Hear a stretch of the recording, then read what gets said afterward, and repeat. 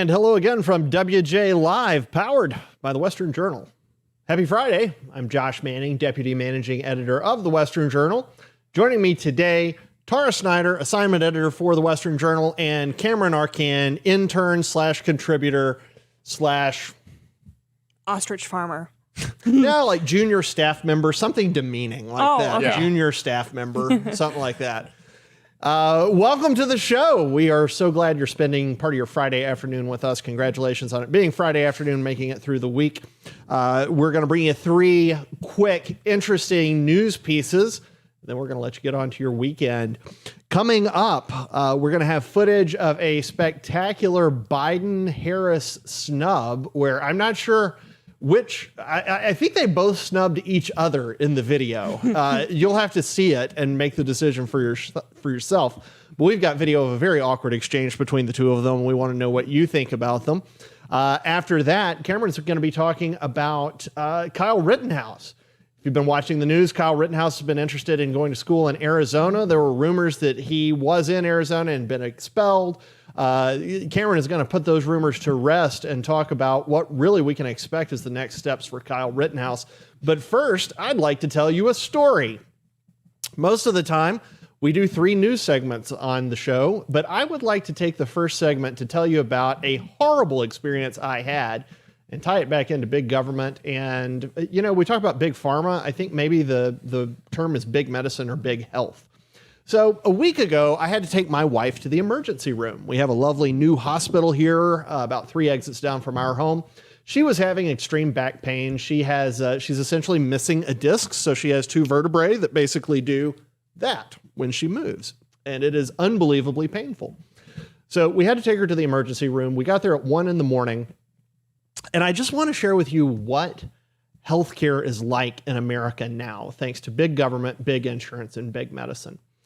We got in the ER and we shuffled in. She could barely walk. She was crying. She's unbelievably tough. So for her to cry is something else. She was crying. We got her checked in. As I was finishing the check-in paperwork, I heard a scream from the front door. I looked over and there was a lady on the ground writhing in pain and a man standing over her. At first, I thought that the man was attacking her, that there was some sort of a domestic going on. In fact, there wasn't. I looked around, nobody else was doing anything. Seemingly, the staff at the hospital wasn't doing anything. I looked behind the desk there. I didn't see the folks there coming around to help. So I ran over and tried to see what was going on. Turns out she was pregnant. She was going into labor, it looked like. And nobody was helping her. Her husband was trying to get her into a wheelchair. He couldn't do it by himself. I helped him, lifted up her legs. We got her in the chair, and we got them to the front desk. She waited at the front desk, moaning in pain, while reception didn't seem really to do much of anything. They called a nurse. There were no attempts to comfort her. They didn't try to give her anything to soothe the pain, either psychologically or physically. A nurse came out, asked her a couple of perfunctory questions, and then stood there, nonplussed. I don't think she was trying to decide what to do. I don't know what she was waiting for. But the woman sat there moaning in pain, 41 weeks pregnant. She was overdue. Eventually, the nurse said, well, yes, we are going to take her back. They rolled her back there, and I didn't see her again. But it stunned me that no one jumped up to help the woman, except me. So I go back to check on my wife. About 2 hours later, we've been sitting in the waiting room 2 hours, from 1 in the morning till 3 in the morning. They've told us multiple times they're doing the best they can. They don't have beds, and that they're triaging people in order of the importance, in order of the severity of their injuries. That was belied, however, when they took there were 3 other people in the emergency room with us. They took a man back who he was in a wheelchair. He was a young fellow, looked like he was 17 or 18. He had been cutting up with people and during his wait, spinning around in his wheelchair to pass the time, while my wife stood in excruciating pain, crying off to the side. They took the fella in the wheelchair back before they did her, despite saying they were triaging according to the severity of the injury. Eventually, we got her to the back. I think it took about 2.5 hours. So 2.5 hours of her standing there in extreme pain. We got her to the back. We got her on the bed. The nurse came in, took her pulse, took her heart rate. The doctor came in. The doctor said, all right, you have back problems. we'll give you this medicine, this medicine, and this medicine. The nurse came back in, gave her 3 shots, and within about 10 or 15 minutes, her pain was absolutely gone. We stayed in the room for another probably 45 minutes, waiting for the doctor and the nurse to finish up and billing to come through. Now, remember, they had told us earlier that she couldn't get back there because there weren't any beds, and there we were occupying a bed needlessly, really, for about 45 minutes. Here's what struck me, folks. You really don't know what you'll do until you're in the situation where your mate is in excruciating pain and you can't get anyone to help them. I tried bribing people. Nobody would take the bribe. Good for them, bad for me. But when we got back there, we saw how simple all of it was. If big government weren't involved, if HIPAA weren't an enormous issue, if hospitals weren't terrified of being sued, and if tort reform would be pursued, this would have been so simple. They could have had a nurse come out to the waiting room, take my wife's pulse, take her temperature, take her blood pressure, send the doctor out there. The doctor spent a grand total of about 10 minutes talking with us. The doctor could have talked with us out there for 10 minutes. They could have brought a portable curtain over, given my wife 3 shots, and we could have been out of there in 30 minutes. But they didn't. Instead, we got there at 1 in the morning. We pulled back into our driveway at about 5:45 in the morning. That is not acceptable. That's not acceptable in America. That's not acceptable anywhere, not in any first world country. The amazing thing about this, they are going to turn around and charge us. If we were using insurance, they were going to turn around and charge us somewhere between $3,000 and $5,000. I know that because we've done this before with her back. However, if you don't have insurance, or if you say you don't have insurance, or if you use a Christian cost-sharing option like we do, they will reduce the price 84%. Consider that. That is an enormous markup that they make for people with insurance. If you want to know why your premiums are so high, that's one of the reasons. The medical system in America is so messed up. We went in just a couple of generations from having doctors who would make house calls, bring their bag, bring their tools, bring their drugs with them to help you, to a situation where you have a woman in excruciating level 10 pain, and they simply leave her in the waiting room for 2.5 hours, and really didn't seem to care. They lied to us about whether a nurse would come out and visit with her and try to talk with her. When I went to the receptionist and told them she was feeling lightheaded, like she was going to pass out, that didn't do anything. They said they would update the staff in the back. I just want to pass that story on and say it doesn't have to be this way. If you can get the government out of medicine, if you can get tort reform passed so that people can't sue doctors for the slightest error, for tiny, tiny things, then we could see the great advances in technology benefit us while still seeing an incredible number of patients much faster. They could have dealt with my wife in the waiting room, with the waiting room and a privacy curtain, and they could have done it in 30 minutes. But instead, we have all of this bureaucracy, and they end up charging essentially for 3 shots and a quick examination. They end up charging $4,000 or $5,000. That seems unreal to me, Tara. Yeah. Does it just seem disproportionate to you? I think it's just shocking. I mean, I fortunately don't have haven't the had words. to go. I literally don't have the words, and I fortunately haven't really had to go to the hospital that often. But it's like I think back to the one time I was in the hospital when I was in Mexico, when I got my hand cut Mexican open. Hospital. They got me back there fast. Like they got me pretty back there stat. You know. Well, we will go down to. We're about 2.5 hours from the border here. We will actually go down to Mexico and cross the border to get dental care, because it is about 25% of what it costs here. If you get a $10,000 estimate here, it'll be about $25,000. A $10,000 estimate, it'll be about $2,500 on the other side of the border. And you ask them what it is, and they say, well, we don't have all the regulations, and we don't have all of the like big medicine skimming money off the top. Cameron, I've got to think one, and I'm not a medical expert, but I've got to think one way to help fix this would be tort reform, and another way would be getting big government out of medicine.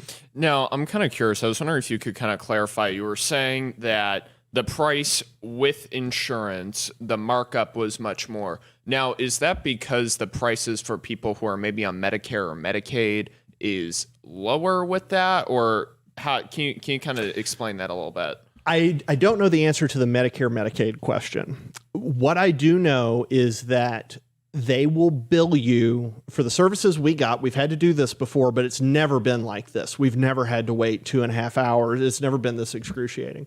We never saw a pregnant woman splayed out on the floor with nobody helping her. But normally they will charge between $3,000 and $5,000 for this service, and they will tell you that. Now, then they'll ask you, do you have insurance? And what we always tell them is that we pay cash. We use a Christian cost sharing network, and they advise you to pay cash. And if you pay cash, they will cut the price by 84%. Because when you pay cash, not because, but when you pay cash, you're completely eliminating the insurance company, all of the paperwork involved in that, all of the turnaround time. They would rather get $500 right now than get $4,000 from the insurance company in 2 years. So the system is just fundamentally broken. It's fundamentally broken. And I am stunned at this. I have always stood behind American medicine, said it was the best, and I do think it is the best. But government has gotten involved. Giant insurance companies are involved. I think they are colluding with hospitals. I think the insurance company says, if you jack up the price, we'll have to pay you that higher price, and we can charge higher premiums to do it. And everybody gets richer except the guy paying the premiums and paying the deductible. And it has to stop. I cannot imagine how people who are struggling but are just above the Medicare or Medicaid levels, pardon me. I can't imagine how they do it. It's just appalling. But I wanted to share that with you. That's what's on my mind right now. If you have a similar story, I wish you would post in the comments, or I wish you would email us at the Western Journal. We would like to hear them. So that's my story. That I was horrified by it. I wanted to share with you guys what I think big government and crony capitalism, big business crony capitalism has done to medicine. But now on to lighter matters. And that would be Joe Biden and Kamala Harris and their wonderful loving relationship. If they were parents, they would look like parents who were on the fast track to getting a divorce. That has never been on better display than what we saw this week. Tara, tell us about it. Yeah, so unfortunately, Bob Dole happened to pass away on Sunday, and so his memorial service just was taking place. And one of the first things they do is they bring your body to the Capitol just as a sign of respect. And so when they were doing that, Kamala Harris was sitting there with her husband, and Joe Biden was too. And when Biden walked in, he blatantly ignored Kamala Harris and then literally made his wife switch places with him. And then they both were whispering to their spouses. It's literally something out of a sitcom, and we have the video for you right here. So here we have Joe Biden walking in. You can see that they're being shown to their seats. Literally doesn't acknowledge Kamala Harris. He stands there, looks at Jill. She looks like she's been paralyzed in fear or I don't know what it is. I've seen women look like that before, and it's not good. That's how I looked when I was 7, and my mom told me to stop messing around at church, and I knew I was going to get it after. So wait for it. We got the wide shot, and then we're going to see the shot we saw. Yeah. So and there we go. There we go. There's the slide. And there's the scooch. And there's the scooch. Yeah, and it looks like it cut off there, but then Kamala ends up talking to her husband and whispering, and I'm like, I wish masks weren't a thing, not because I hate COVID, but because I wish we could read their lips and just see the full expression, because I have a feeling it would be so great. So I guess my thing for you guys, do you guys think that this was actually intentional and that there's actually some huge beef between Kamala and Joe Biden? I mean, obviously we don't know the full context of the situation, but just the way it visually looked, they knew that there was going to be cameras there for all of this. So the fact that this was still going on very clearly in front of the public and in the public eye, it is very humorous to just kind of look at this and be like, oh, wow, they don't even want to be standing next to each other. So I think there is a reasonable number of questions with that. This isn't the first time, if there is tension between them, that a president and vice president have not gotten along. I believe Andrew Jackson, he either challenged his VP to a duel or wanted him dead. And there has just been stories throughout American history of presidents and vice presidents just not getting along whatsoever. So I think this is just kind of funny to look at this clip, but I would not be surprised with the amount of reports and everything coming out of Kamala Harris's office lately if we are going to hear things about tensions between the two leaders themselves. Yeah, the acrimony that can exist between presidents and vice presidents is age old. You know, there are still people who think that LBJ had JFK knocked off, which I don't think there's any evidence for that at all. But there's still people who think that's the case, and they point to other political assassinations in the past and other bad relationships between presidents and vice presidents. What I like is that you can really see the truth come out at political funerals. You can see who's invited and who's not invited. You can see this happened. You can see spouses switch places and tension and those things. And then, of course, there was the all-time classic funeral clip. I wish I had thought to have us put it together. You folks watching remember it. I think it was Bill Clinton. I know it was Bill Clinton. I think it was at Vince Foster's funeral, but I'm not positive, where Clinton is cutting up and joking around with people, and he's just having a great time. And then he sees out of the corner of his eye a camera, and he immediately starts crying. I mean, manages to squeeze out a tear. It is unbelievable video. And so it's strange. The truth outs at political funerals somehow. I don't think there's any question that they are not getting along. I have wondered from the beginning if Biden gave Harris the border because he knew it was an unsolvable problem. And if you got an unsolvable problem, you don't want to be the one holding it. That's a hot potato you don't want. So you toss it to somebody else, someone who might be a political threat to you at some point. Yeah. Because let's face it, if you're Joe Biden and it's, 10 months ago, you're thinking, man, if this doesn't go well, this gal's a piranha. She may challenge me in 4 years. So why don't I sandbag her early, get her off to the side where nobody's thinking about it, where she looks like a failure, and then my path is clear for 2024. I mean, I know Biden probably cognitively isn't even all the way there, but I honestly don't even think he should have even been looking at her as a threat, because if we remember correctly, during her poll numbers, 2%. she did so bad just primarying alone, and so the whole thing doesn't make sense, because again, Kamala Harris painted Joe Biden as this vicious racist who hated her, who hated women, as this like sexist man, and then goes, oh my gosh, you want me to be a VP? I'm gonna go be your VP, and so it just shows where these people's loyalties truly lie. And I would really, really love to believe that Joe Biden had the forethought to put Kamala Harris on the border, but I ultimately just don't think that that's the case, because I just don't think he has the forethought to it. But it's something that we've all pretty much thoroughly enjoyed watching. I mean, nobody bought Harris's nonsense when she, within the same election cycle, went from, and that little girl was me. Oh my gosh. To all of a sudden, now, she went on that whole bit during that debate, making Biden look like he was the governor of Alabama in the 1960s. And all of a sudden we go from that to wanting to be his vice president within the same election cycle. People, listen, I get it. People have short-term memory when it comes to politics, but people remember that. And people remember how Kamala Harris shifted that much, and people don't buy it. People do not buy her fakeness. Yeah, she's with it. That's and that's why she reminds me of. Do you guys remember? Like, it reminds me of like an administrator at a school or like a vice principal that always tries to look extra serious. They're very self-serious, trying to have this very bold picture to the rest of the world and to the rest of their whoever cares, and nobody buys it. Yeah.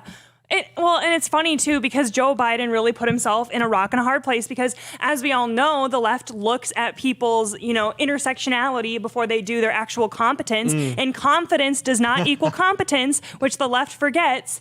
And so when he chose her, it had to come down to either A, Kamala Harris, or B, Stacey Abrams, because they're both black women. They're living their truth, Tara. But Stacey Abrams was already the governor of Georgia at that point, so he was stuck with Kamala. And she says she never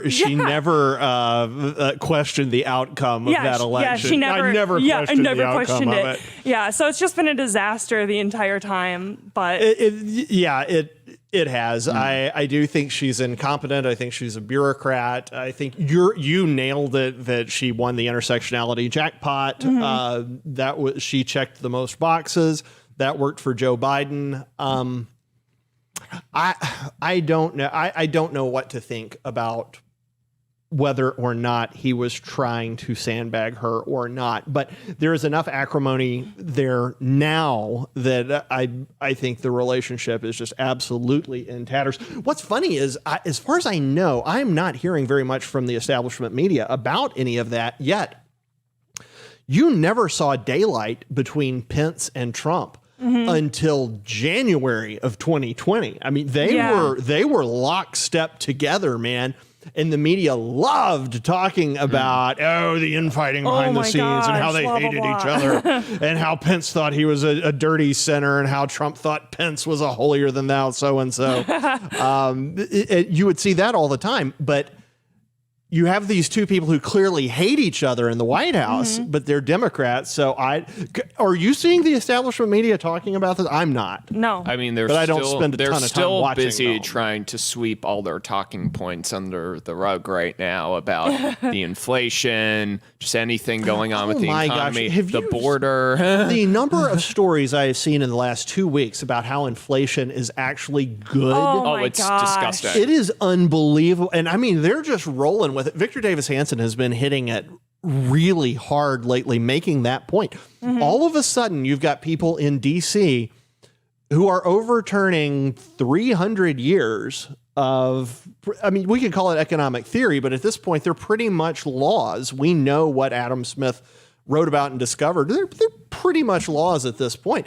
And they just thought they could come in and pump money into the system and it not have any effect on anyone. It's incredible. And here's the thing. I've been doing a couple stories on this too. The poll numbers that are showing Biden with young people right now, where things like when you're on a shoestring budget and inflation's hitting you really hard, he's losing all those people right now. I believe there was a Harvard youth poll that came out, Biden down 13% among younger voters. Echelon Insights did a 2024 matchup poll, and out of the respondents that were ages 18 to 29, Trump had 51% compared to Biden's 40, with with certain number of percent being unsure. Well, somebody out in the newsroom was telling me. I was just thinking. Yep. Their rent is going up $200. Now, I don't know what he pays as a baseline, but I would guess that's at least a 10% increase. I would guess it's up to a 10% increase.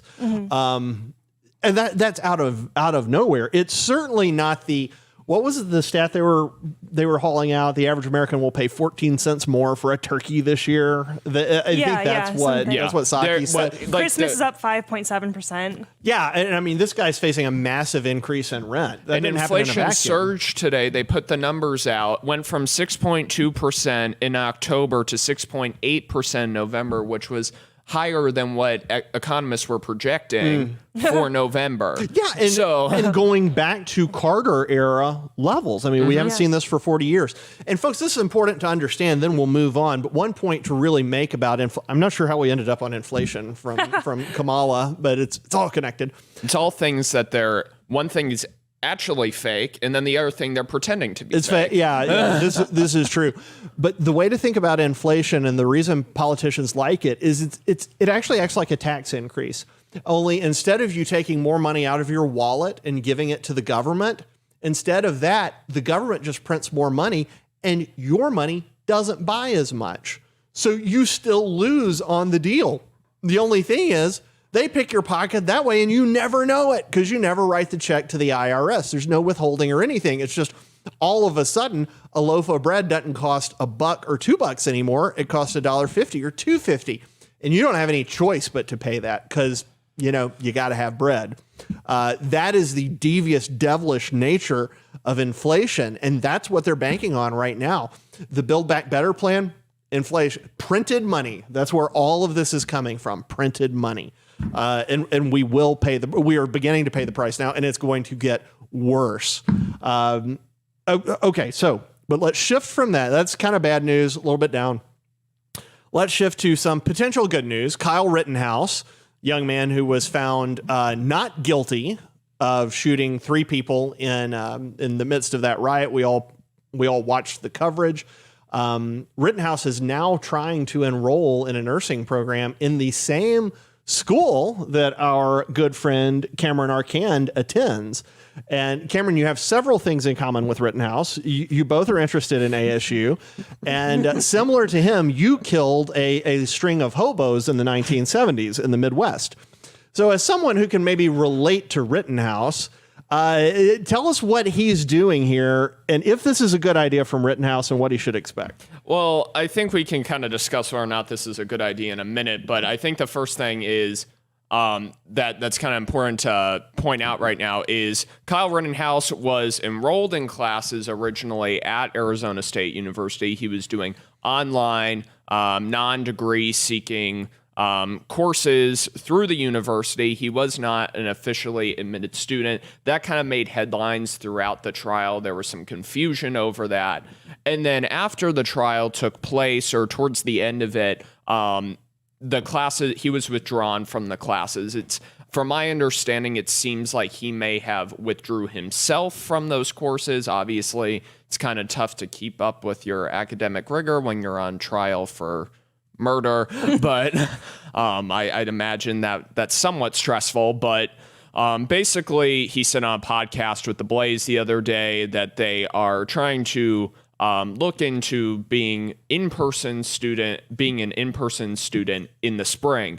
Now, this has been met with a ton of backlash. You had protesters from ASU saying that they believe that Kyle Rittenhouse is guilty, despite the fact that he was acquitted, saying that he killed black and brown people. That is factually not true. He shot 3 white people. That is the fact of the matter with that. And then white supremacy at work. So that's kind of the one talking point that they have with that. And they're essentially trying to say that ASU should be putting out a statement condemning Rittenhouse and should be doing all this stuff. ASU doesn't really care. ASU already said in a statement, if he wants to apply to be a full-time degree-seeking student, he can do that.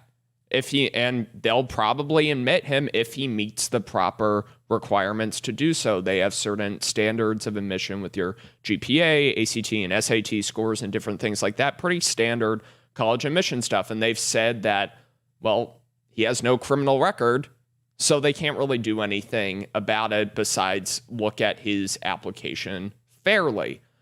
So kind of asking you guys about this. Spring semester, this is still a very recent case. If you were in his position, do you think this is a smart idea to all of a sudden go and be in person? I mean, I just think that's so risky. I can't imagine actually doing that.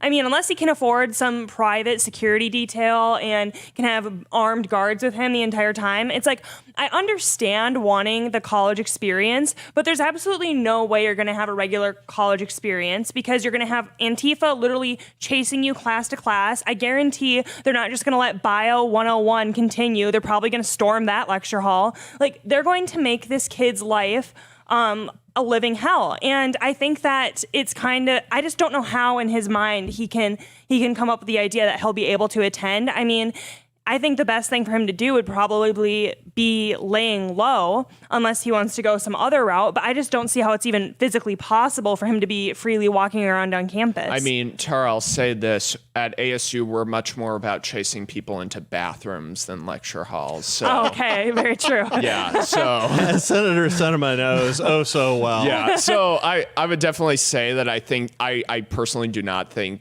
this... Personally, if I was in his shoes, I don't think that would be a good idea for him to come in person. But I think that because the school is clearly cooperating with this, he was acquitted. He should have no problem trying to seek an online degree or some other program with that. And then, this isn't a controversial take. So Lori Roberts is a very liberal columnist over at the Arizona Republic. I read her column about this today, and she said pretty much the exact same thing.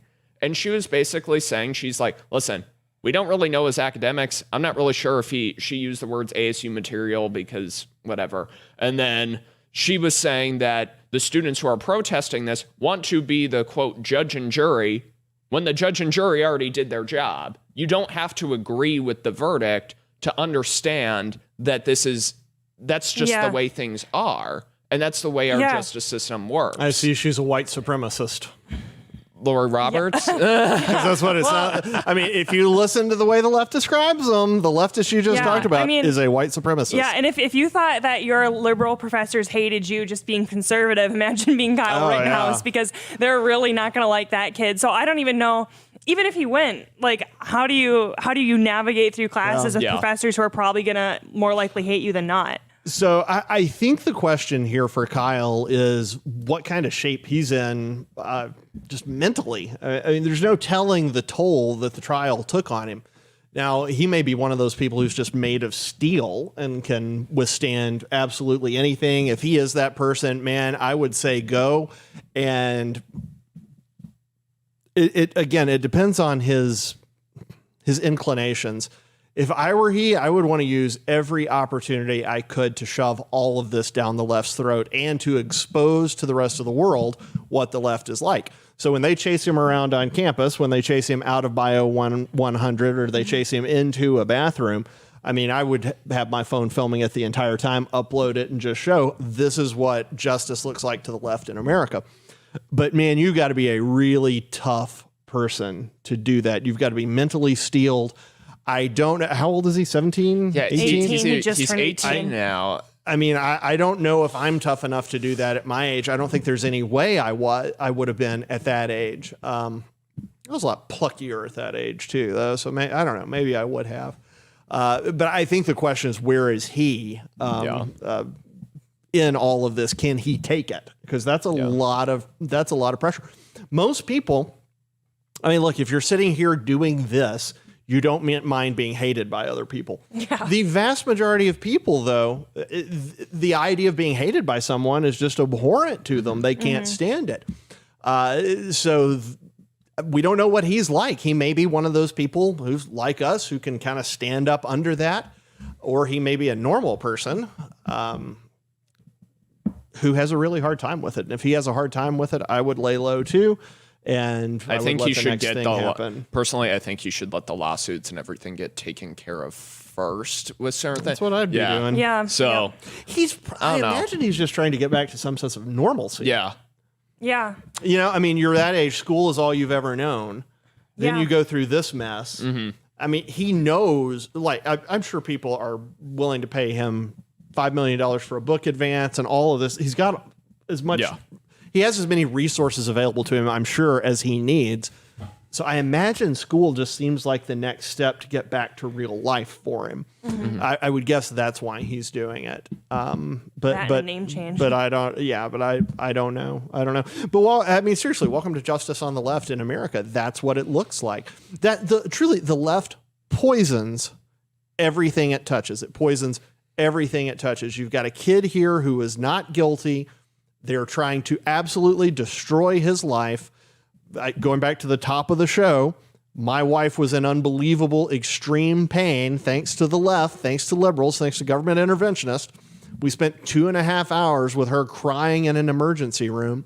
The left poisons everything it touches. The best comment on the left I ever heard was from a friend of mine who started Conservative Tribune. And he said, leftism is unnatural. And that's what it is. It's the best description for it I've ever heard. It is unnatural. It takes whatever is natural and perverts it. So on that happy note, let's wrap for the week. Thank you for spending part of your afternoon, your Friday afternoon with us. We are here every Monday, Wednesday, and Friday at 5 p.m. Eastern, 2 p.m. Pacific. We will be back next week. In the meantime, if you're watching online, be sure to click the subscribe button. After you do that, a little bell will pop up. Click that bell. That'll make sure you know when we go live. Additionally, we depend on support from people like you. What we do is not cheap, and we don't have a billionaire backing us. We don't have any big companies backing us. We are a small, literally family-owned company. God has provided for us as big tech has tried to squash us. And one of the ways he's done that is through people like you. If you feel led to, don't let me talk you into anything or guilt you anything. I wouldn't want to. But if you feel led to help support the Western Journal, you can go to westernjournal.com/join. That's westernjournal.com/join. There are several options there for ways you can support us, and we can partner together to push back against the left, to spread the truth, spread the light, and hopefully help save America. For Tara, for Cameron, for Russ and Rachel, and I don't know who else is in the booth right now. Israel, the new intern. Oh, and thank you guys for 200 episodes. Oh, yeah. Hey, and thanks for 200 episodes. This is great. Oh, there it is. We had a counter for it and everything. Woohoo! Good save there, Cameron. Thanks for tuning in, and we will see you next week.